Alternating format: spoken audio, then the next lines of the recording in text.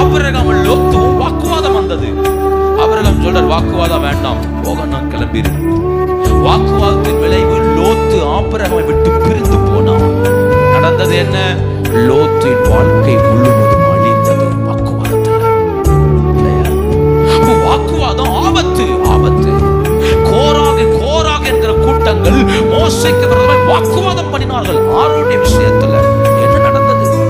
பூமி பிளந்து அவர்கள் எல்லாரையும் அழித்து போட்டது. அன்னைக்கு வாக்குவாதம் அழிவை கொண்டு வந்தது.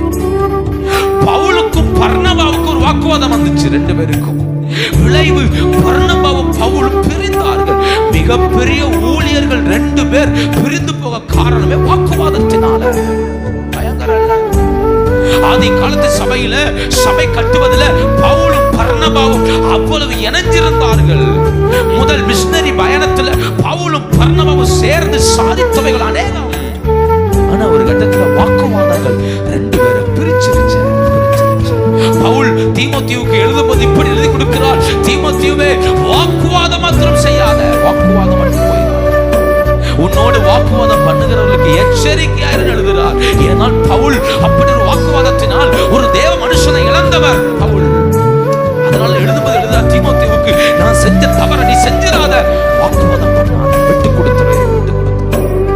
எந்த மனுஷன் நிமித்தம் பவுலுக்கும் பர்னபாவுக்கும் வாக்குவாதம் வந்ததோ பவுலே எழுதுறாரு, அந்த மனுஷன் ஊழியத்தில் எனக்கு பிரயோஜனமானவன் என்று. மார்க் என்கிற ஒருத்தனை கூட்டிட்டு போகணும், பவுல் சொல்றார் கூட்டு போக கூடாதுங்கிறார், பர்னபா சொல்றார் கூட்டு போகணுங்கிறார். இந்த ரெண்டு விஷயத்துல சண்டை வந்துருச்சு. பவுல் பர்னபா மார்க்கோ கூட்டிட்டு பிரிஞ்சு போயிட்டாரு. பவுல் சீலாவை கூட்டிட்டு வேற பக்கம் போயிட்டாரு. தீமோத்தேயுக்கு எழுதும்போது எழுதுறாரு, சாகும் போது மார்க் எனக்கு ஊழியத்துல பிரயோஜனமானவன், மார்க் ஊழியத்துல ரொம்ப முக்கியமானவன். அப்போ அதான் தெளிவா எழுதுறாரு, நீ வாக்குவாதத்துல போயிடாத, நல்ல ஊழியர்களை இழப்ப, நல்ல ஐக்கியத்தை இழந்துருவ. வாக்குவாதங்கள் எவ்வளவு பெரிய தோல்வி உண்டாக்குது பாருங்க. பவுல் வாழ்க்கையவே அசைச்சது வாக்குவாதம்.